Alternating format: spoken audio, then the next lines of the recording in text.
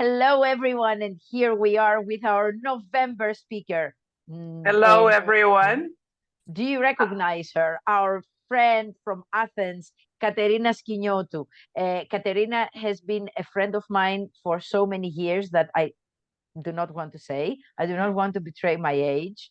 And Please actually, don't. Caterina, if I remember correctly, there was an election for TESOL Macedonia Thrace when you almost entered our ballot. I remember that they were checking the constitution to see if it's allowed, but there Yes. was something you couldn't be on two boards. We were like unlucky not to have you because Thank you you've so been. much, Maria. But I Tisol Macedonia Thrace has been served by so many wonderful and worthy colleagues that it would have been an honor if it had been possible. But you never know. We're You still never know. young. You might move to Thessaloniki closer to us. Well, You are a cosmopolitan lady. You've had a background. First of all, you've had a Greek American background, if I can put it like that. So that when is did you correct. actually arrive to Athens? The last arrival, with the decision that I will remain in Athens and Greece, was in 2020. I was born on a Greek island, and like a lot of us, I've lived in the States. I have dual citizenship, but that doesn't say much. I've lived and worked in the Middle East as well, and in Greece. So And you spent a considerable number of years in the United Arab Emirates. Am I correct? no, it was not in the Emirates. It was It in was Saudi in Arabia. Saudi Arabia. I always get confused with that. Well, when I was in Saudi Arabia, there was a huge difference between the Emirates and Saudi Arabia. I think Saudi Arabia is working towards, you know, the economy that has made the Emirates thriving. In other words, they do not want to rely on oil exclusively, and they're trying to open up the borders and become a more, as you said, cosmopolitan country. But when I started working in Saudi Arabia, things were very different. So it has been a very rich cultural experience for me. And also professionally, I think I have grown because I had the opportunity to work with Saudi students, vocational students, also Saudi academicians who wanted to develop writing and speaking language skills so that they can present internationally and write for international journals. So I can Interesting. only say that my work experience in different parts of the world have made me, if not a better, a wealthier professional. Mm. Since I have you here, I know it's not related to the topic of your session in about 2 weeks for TESOL Macedonia Thrace, but there is this whole thing. Um, can teachers from Europe teach in the Arabic world? Can we adjust to their customs? Might it be too limiting for us? Could you give just a short advice to teachers who might be thinking of this professional pathway? Well, I'm not going to tire anyone with the bibliography on the five circles, Kashra's circles of speaking English or using English in the world.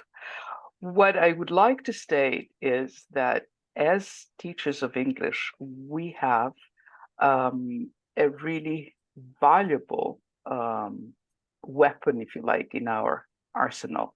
We speak a language that reflects world cultures.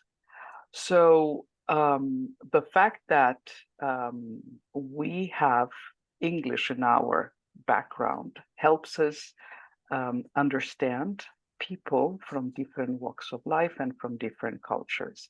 I would say it is a lot easier for people, for English language teaching professionals to open up, adapt, adjust, and gain and grow than it would be for those colleagues teaching, let's say, science or math or other languages other than English.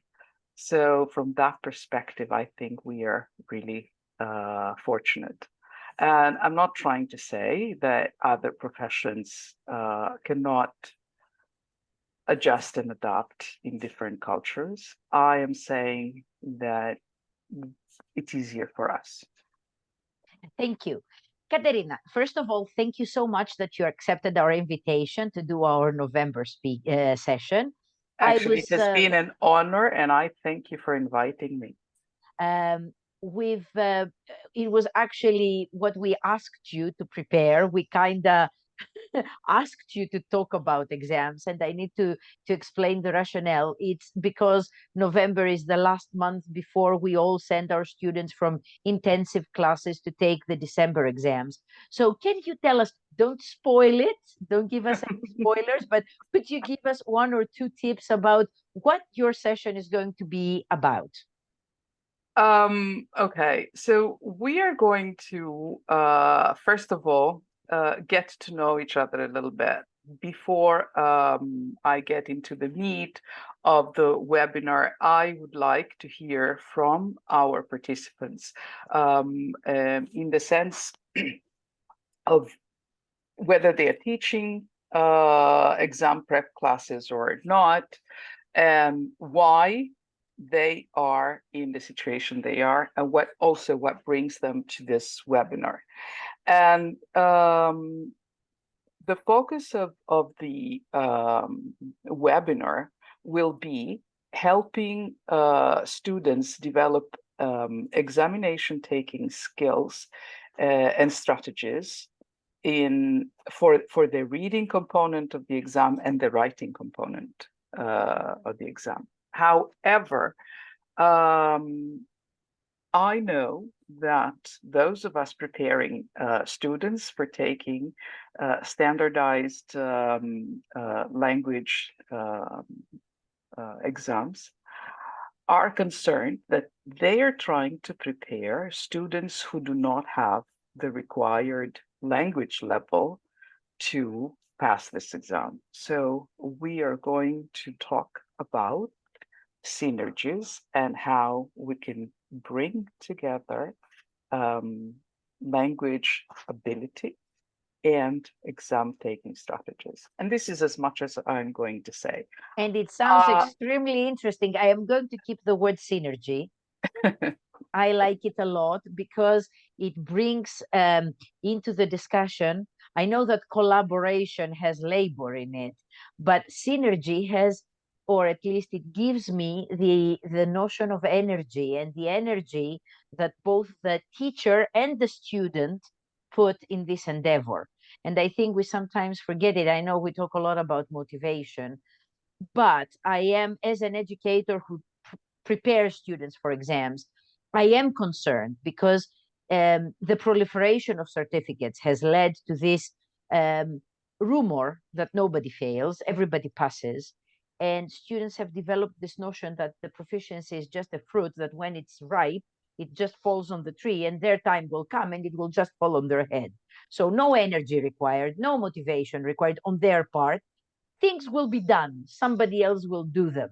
And this concerns me a lot as an educator. I'm not sure if you have shared part of this concern.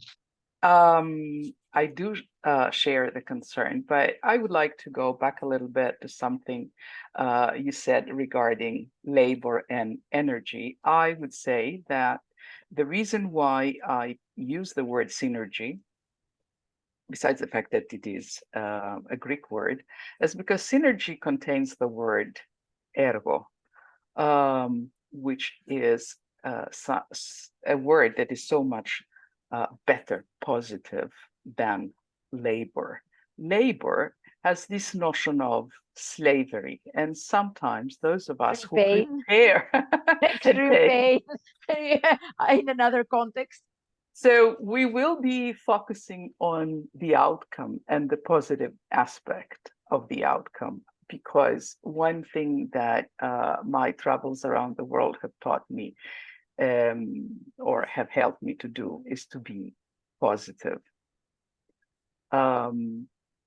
We have to be, and we are more thankful for what we have than what we lack, because the truth is that there are people who would dream of our worst days as if that were their ultimate goal in life. Caterina, thank you so much for making the time to speak to us today. Thank you for agreeing to do a webinar for Tisol Macedonia Thrace, Northern Greece.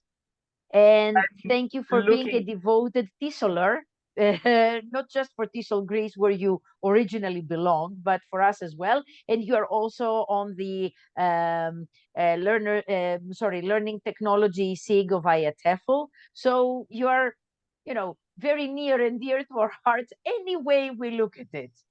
Thank you very much. I'm really looking forward to meeting with all of our colleagues on November 19. And yes, we will talk technology a lot, because that's another concern. But I don't want to let too many cats out of the bag.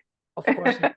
Join us Sunday, the 19th of November. The link is going to be sent on the school holiday of the 17th of November in a nice revolutionary way.